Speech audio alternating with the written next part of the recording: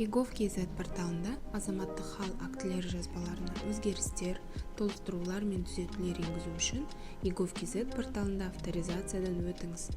Басты бетте азаматтарға мемлекеттік органдар бойынша қызметтер, Әділет министрлігі бөлімін таңдаңыз. Азаматтық хал актілері жазбаларына өзгерістер, толықтырулар мен түзетулер енгізу қызметін таңдап, онлайн сұрау батырмасын басыңыз. Байланыс нөмірін көрсетіңіз.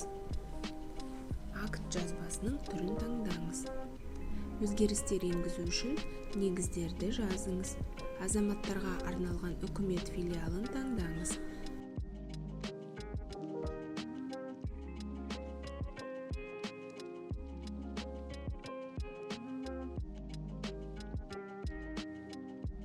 Отбасылық жағдайы мен табыс көзін көрсетіңіз.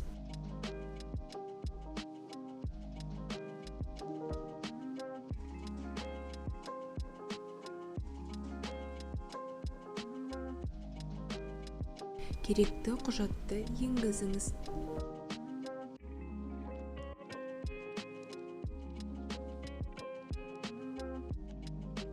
Төлемді енгізіңіз.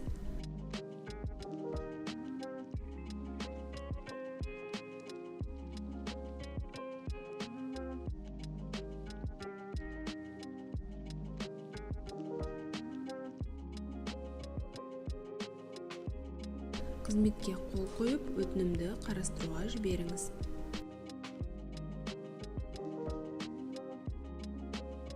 Қызмет көрсету нәтижесі егов.кз порталының жеке кабинетінде пайда болады.